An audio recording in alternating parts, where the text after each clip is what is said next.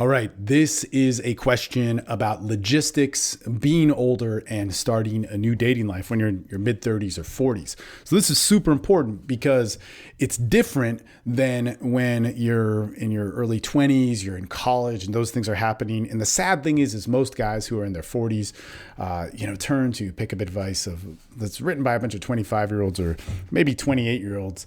But it's just this immature thing, and you're not realizing the awesome advantages that you have already as an older man, especially when you're dating younger women, man. Let me tell you, it's awesome. So check this out. We basically got a question, and it's from a client of mine. He's in his mid-30s, and he says, look, there's two chicks here, all right? And I actually will break this up into two different presentations. But the first one, he says, look, I have a tentative plan with this girl that I'm not so much into on Saturday night. And, I have a question about logistics for the end of the night. How should we get back to my place? Should I invite her over first for a drink and then go out and watch the show that we're planning on doing? Or should I go drive, pick her up, we go to the show, and then somehow I talk her back into coming back to my place? Now, this particular question is super important.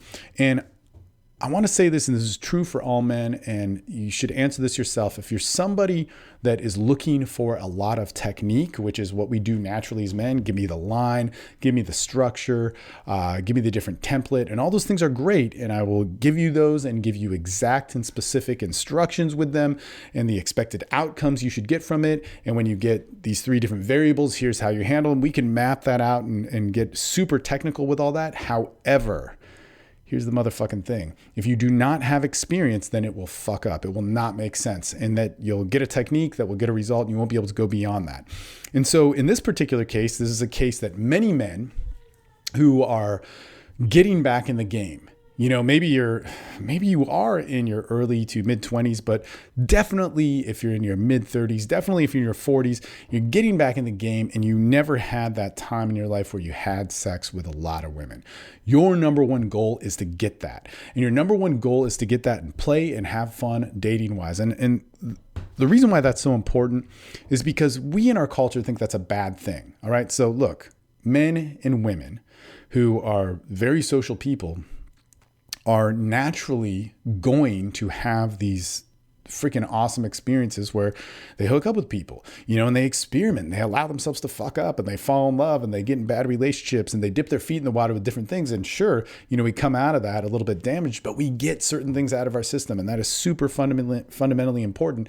And this guy, worked on his career for up until he was in his 30s. And he was like, look, I want to get this dating thing down. I want to do what all these guys did when they were in college and had fun boning all these chicks. I want to know what that's like. And the thing with that is that right now, as he said, the first date that he has planned is with a girl that he's not that into. Well, the reason why we're doing that is not because we're trying to torture ourselves, not because we're trying to do something that is like self-deprecating or whatever. But one of the best things that you can do for your sex life, if you haven't had a fruitful sex life and that is your goal, is to start having sex with as many people as possible. The reason why I say that is because you don't know yet what really good sex is. You might have an idea of it, you might know, but any guy that thinks that he knows what he wants with a woman, like I only want blondes, I only want hot chicks, I only want high status women. If you're saying that to me, then you fucking haven't had enough sex. You haven't had enough reality. You haven't had enough connection, because man, I'll tell you what, for my life, I've had sex with a lot of people, a lot of different demographics, all sorts of different places, backgrounds, places in their life, hotness factors, and so on. And guess what? What made things work, what I got out of that is like, no matter who the girl is, no matter where she's from, no matter how good she looks on my arm, no matter how hot she was the first time I fucked her, the first time I saw her, after 4 or 5 times of having sex with her, she was just another girl, and she better have something else to go along with it. If you really think that good sex and relationships is dependent upon something that you can see when you don't know somebody or when you first meet them, man, you fucking don't know sex. So you've got to have more experience. The other thing is with this guy in particular, he's got to learn that break of escalation of how he's going to gain faith that on a first date, second date, Third date, and it's not really a competition, but man, you should not, if you're not having sex on the third date, then there's something off. Now that's happened to me, but that's like 1 out of 10 women that I'd go on a date with. It was very common that the first date we'd be hooking up. I mean, it's just, that's what both of us want. Let's get all the bullshit out of the way and make that happen. So that's not happening with him, and he's got to work on that. So the real answer to the question here is not getting her back to your place first or getting her to your place afterwards. That it's that if you guys like each other, how you need to handle this, and especially because you're having fun, you're experimenting, you're playing, you're dating. This is a good time in your life. Basically what is happening is that, man, just say like, hey, it's a good night. It's 10. I don't really want to stay downtown with all the drunk and crazy traffic, or it's 11 or whatever time it is. It's midnight. Man, things are about to get crazy. Let's go back to my place, and I got to let my dog out, and we can watch Netflix and we could chill. Guess what's going to happen right then when that happens is resistance. Why? Because it hits an image with our society that women think, so you should expect this. Anytime you go for the pull to your place, you're going to hit resistance. And why? Because in our culture, that might say a woman's a slut. That might say that puts her in an odd position. That might put her in a situation where things might get carried away and she might get sexual and all those things. And us as men, we're going like, man, I want that. But we have to realize where she's coming from. She wants to have sex, but she wants it to unfold like properly, with choice, with fun, with all sorts of excitement, all the things that she can talk about and relay to her friends and write off as a great experience, or perhaps the first page in a story about a relationship, or perhaps a great story in a hookup, and so on. But we have to know that as soon as we go for that, most likely we're going to get some resistance. Well, I can't do that. I have to get up in the morning. It's going to be all sorts of excuses that come off. And how we need to handle that is not with an argument. It's not a fight. It's not a battle. The more we fight in that, the more tension we build, that's going to explode in the direction of her leaving. All right. And we want tension to be built, that's sexual, that can release into a situation like in a bedroom and so on. So there's going to be resistance. I got to get up for work in the morning. Oh, I have to do this. My friend was supposed to call. It's like, oh, well, cool. We can make that happen. But, why don't we just go to my place or why don't we just get in the car and get out of here, and we can decide on the way. Something like that. We want to get in the mode and in the action where these things happen. Now, the interesting thing is guys are like, man, that sounds so unauthentic or manipulative and so on. And it's really not. I'm literally saying, well, let's get out of here. Like, if you do really have to get home or talk to your friend, like, let's not go to a bar and continue to drink. Let's get out of here and we'll decide on the way. Let's get in a mode or an action. And what I would do in that situation is, like, she could say, well, I'm going to go here, I'm going to go there, or whatever it is, just say like, well, hey, look, let me just stop by my place really quick. Nothing bad's going to happen. You can wait in the car if you want. Like, it's not some asshole move. We want to move somebody in a situation where they can feel comfortable in this. And for this particular guy, he had left with a girl the other night in another situation, and it was like, well, come back to my place. I could give you a ride home in the morning, or something, that he had said that to her.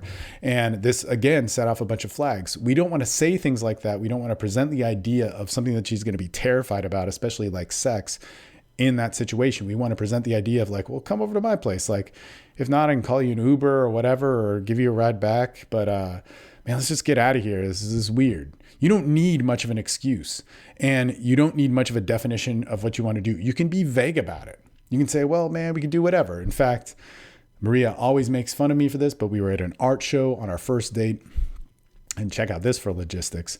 This is how I knew. It was like, she lived in San Antonio. My buddy was training for a fight. He was fighting on Saturday night, I believe. And I said, man, there's this fight. Let's go see him. And then afterwards, there's an art show in Austin. She said, cool, I'll drive. And I was like, amazing, right? So we went to the fight, we partied, whatever, had a good time. We drove up from San Antonio to Austin, which is about an hour and a half. We went to the art show, and halfway through the art show, she was like, let's get out of here. And I was like, sure, let's go back to my place and let's talk. Let's have a good time. And she was like, God, what a fucking pussy. You should have said, let's go fuck. And I was like, man, the reason why I didn't say that is because you can't say that to women. That does not work. Let's go hook up. Let's go fuck. Let's go fuck. What, like, Jesus Christ, man. With 99%, So she's the 1 out of 100 that would be fine with that. That is not something that you'd want to say. You want to take that out of the equation. So you don't need much of an excuse. And some of the resistance that you're going to get is like, look, I'm not going to sleep with you. Look, we're going to do this. But it's just like, hey, no big deal. We're dating, we're playing, we're having fun. Just don't make it a war. Don't make it an argument. Just say like, hey, well, cool, man. Well, do you mind if this happens? Well, hey, okay, you're freaking out about going to my place. Let me stop at this 7-Eleven. Like, use things to trickle this along, make it work, and get her alone with you. You've got to push for this, and you need to get this experience by really almost any means possible, without crazy force or whatever shit. But you need the experience of sex, and it's fucking cake. And I'm telling you, if you're listening to this in a month and this is your problem and this is still your problem, then man, you're not doing something right.